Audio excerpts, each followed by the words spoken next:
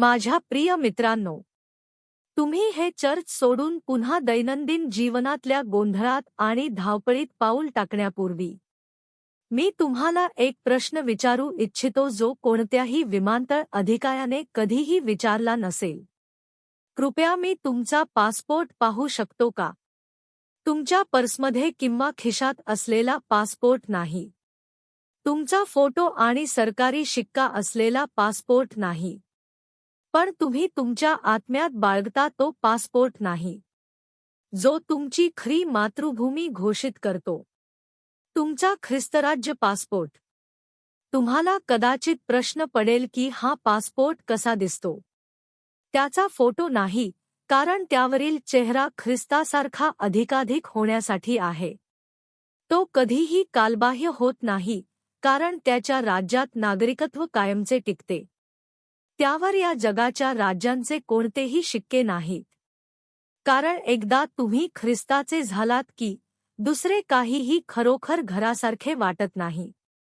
या पासपोर्टनुसार तुमचे जन्मस्थान ते रुग्णालय नाही जिथे तुम्ही पहिल्यांदा रडलात, पण ज्या क्षणी तुम्हाला बाप्तिस्म्याच्या पाण्यात बुडवले गेले, जेव्हा स्वर्गाने तुम्हाला घेतले आणि कृपेने तुमची ओळख पुन्हा लिहिली.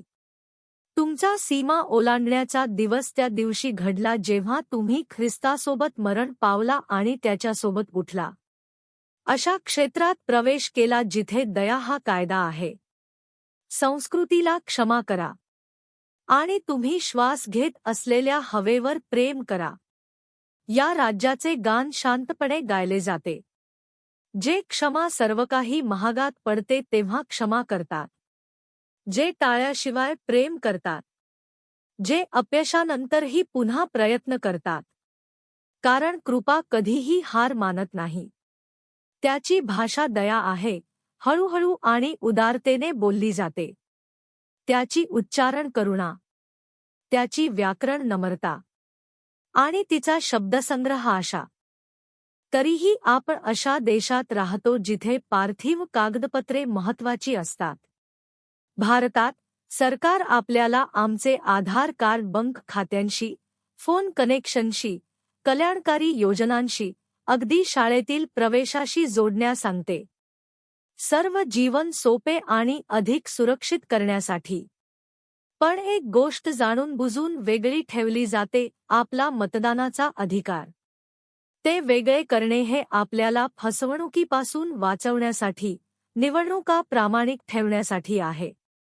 तरीही आधार आणि मतदार याद्या थेट जोडल्या जात नसल्यामुळे डुप्लिकेट मतांची आणि चोरीच्या आवाजांची भीती कायम आहे. हे संघर्ष आपल्याला आठवण करून देतात, पार्थिव व्यवस्था, जरी आवश्यक असली तरी, अपूर्ण आहेत. कोणताही कार्ड, कोणताही डेटाबेस, कोणताही बायोमेट्रिक स्कॅन कधीही आपण कोण आहोत हे पूर्णपणे परिभाषित करू शकत नाही, किंवा आपली सर्वात खोल ओळख जपू शकत नाही. जसे राष्ट्र दोषपूर्ण प्रणालींमध्ये आपल्या मताचे रक्षण करण्याचा प्रयत्न करते, तसेच ख्रिस्त त्याच्या शाश्वत राज्यात आपल्याख्या नागरिकतेचे रक्षण करतो. आपले मालकीण कागदपत्रांमध्ये किंवा संख्यांमध्ये आढळत नाही, तर आपल्या राजाच्या प्रेमात, दया आणि कृपेत आढळते.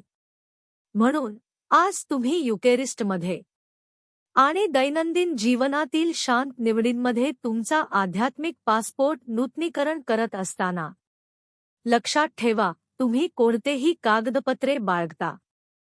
पृथ्वीवर तुम्हाला कोणत्याही आव्हानांना तोंड द्यावे लागत असले तरी तुमचे अंतिम नागरिकत्व ख्रिस्ताच्या हृदयात न्याय, शांती आणि अंतिम प्रेमाचे राज्य आहे. आपण त्या राज्याचे विश्वासू नागरिक म्हणून जगूया. वाईटाचे उत्तर दयेने देणे, रागावर प्रेम निवडणे, क्षमा करणे आणि नेहमीच आशा करणे.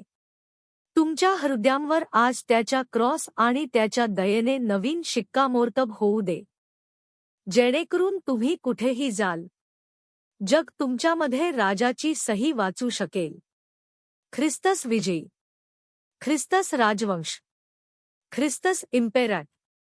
आमेन.